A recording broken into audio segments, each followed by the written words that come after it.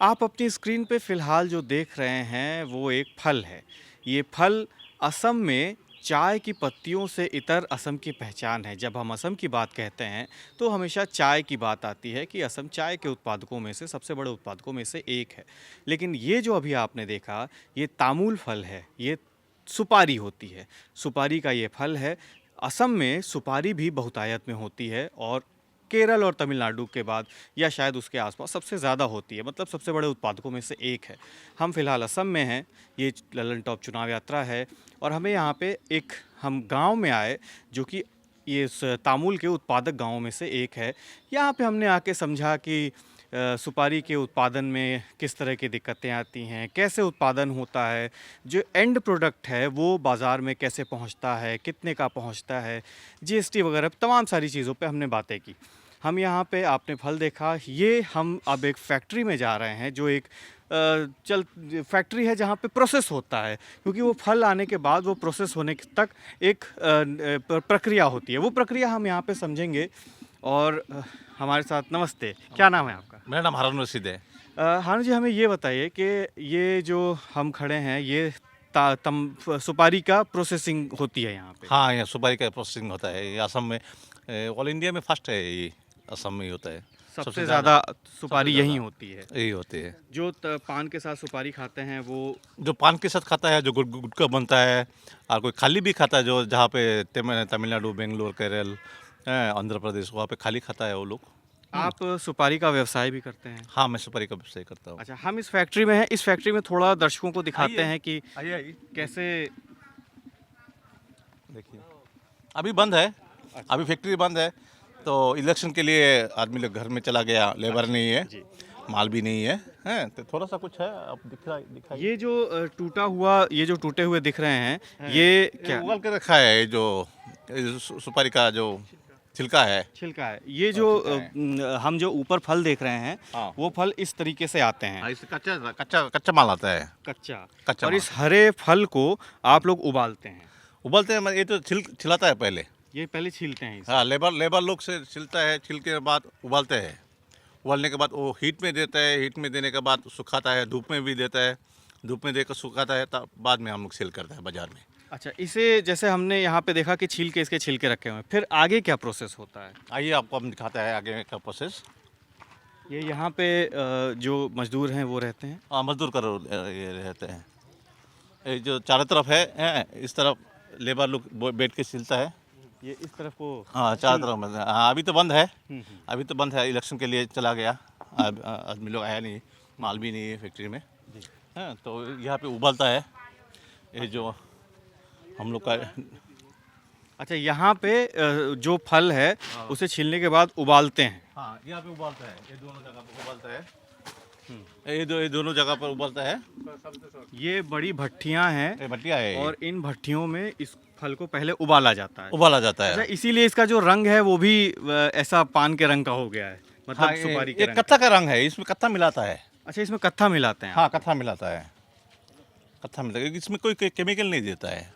अच्छा। इसमें कोई फिर केमिकल नहीं ये देता है, खाली ओनली कत्ता देता है। और ये जो खाने का उस कत्ता। तरफ को भट्टियाँ दिख रही हैं कमरे के आकार की, ये वो हीट का है, इसको हीट बोलता है। इसका हीट भट्टी बोलता है। हीट भट्टी। हीट भट्टी, इसमें नीचे में आग देता है, ऊपर में सुपारी देता है सूखने के लिए? सूखने के लिए। जो कम धूप में देने से 15 दिन लग जाता है, वो 5 घंटा 10 घंटा 6 घंटा में काम हो जाता है। नीचे से आग देने से। हाँ, नीचे आग देता है। जो कम 15 दिन का काम मोटामोटी 5 घंटा में हो जाता है।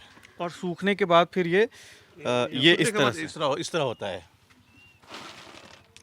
ये फल हैं जो सूखने के बाद सूखने हैं। के बाद इस तरह होता है।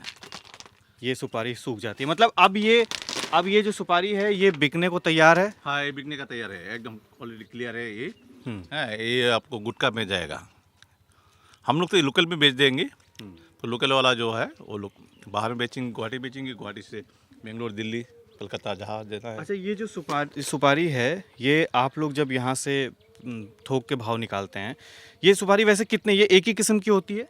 नहीं, ये कोई कोई क्वालिटी होता है। हम्म। इसमें जो जो गीले वाला माल है, गीली सुपारी गीली जिसको सुपारी बोलता है, वो खाली बिना पान से खाता है। वो केरल में खाता है, बेंगलोर में खाता है, तमिलनाडु में खाता है, आंध्र में खाता है। दिल्ली में नहीं खाता है। वहाँ पे सूखी सुपारी आप खाते सूखी सुपारी खाता है, हैं। और उसका ये क्वालिटी अलग होता है। महंगी कौन होती है, गीली सुपारी या सूखी सुपारी? देखिए गीली सुपारी ज़्यादा महंगी होता है। हाँ। अच्छा, मैं पहले सोचता था कि सुपारी को भिगो के रख देने से वो गीली सुपारी बन जाता है, ऐसा नहीं होता ऐसा है? नहीं, ऐसा नहीं, वो ऐसा नहीं। शुरू से ही गीली सुपारी होती ही है वो। शुरू से ही इसको हम लोग धूप में सुखा देते हैं, धूप में सुखा के सेलिंग करता है। अच्छा, जो ये सुपारी है सूखी सुपारी, ये किस भाव मार्केट में देते हैं आप? अभी तो 300 रुपये किलो है, अभी बहुत डाउन क्वालिटी है, कम दाम है, बाजार मंदी है, जीएसटी के लिए बहुत तकलीफ हो रहा है। तो ये जो आप 300 रुपये बता रहे हैं कि कम दाम में है, ये क्यों है? पहले क्या भाव होता था?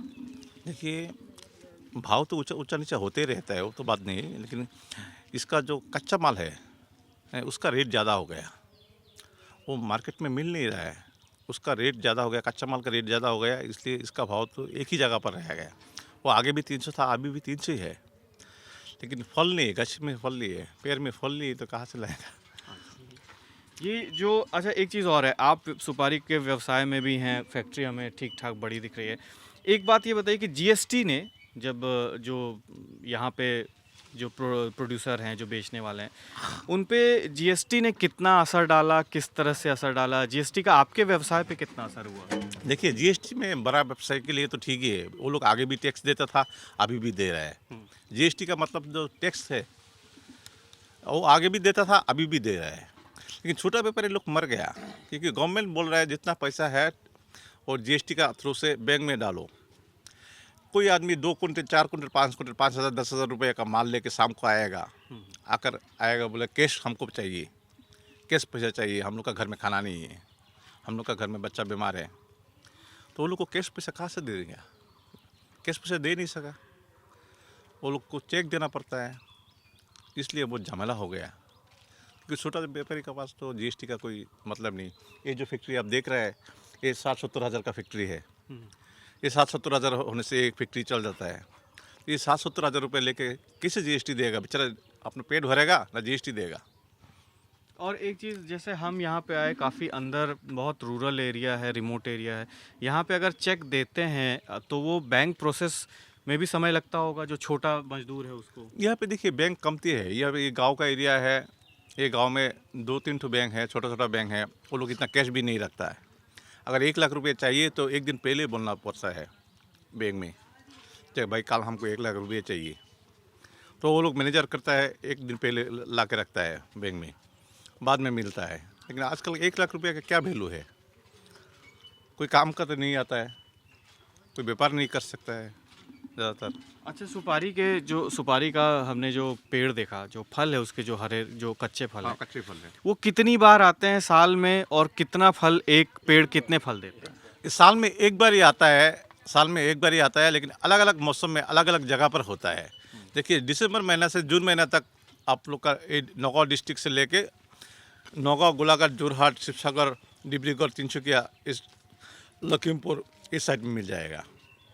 जून महीने का बाद, जून महीने से दिसंबर महीने तक आपको मिल जाएगा, और जो बॉर्डर एरिया है बांग्लादेश का, सिलचर एरिया, उसमें मिलेगा आपको माल, और असम का बाहर में मिलेगा आपको, केरल में मिलेगा। अच्छा, माना कि एक व्यक्ति के पास सुपारी के ऐसे 10 पेड़ हैं, तो उन 10 पेड़ों से उसकी सालाना, जो एक ही फसल है, साल की एक ही फसल है, एक ही फसल है। तो उस एक फसल में 10 पेड़ों से जो व्यवसायी है उसको कितनी कमाई होती है?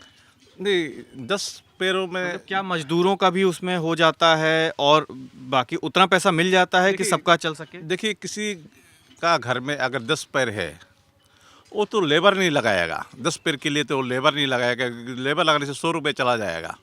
10 पेड़ में उठने में लिए, वो तोड़ने के लिए, वो सुपारी तोड़ने के लिए 100 रुपये चला जाएगा, तो बेचारा बेचेगा 1000 रुपया, तो 100 रुपया अगर लेबर को दे देगा तो वो बेचारा क्या करेगा? फसल तो एक ही बार आनी है। फसल तो एक ही बार आना है, साल में तो एक बार ही होना है, तो इसलिए वो लोग करता है कि अपना खुद ही खुद पेड़ लेता है, वहाँ से तोड़ लेता है, सुपारी लेके बाजार में बेच देता है, जो पैसा मिलता है उसी से गुजारा कर लेता है।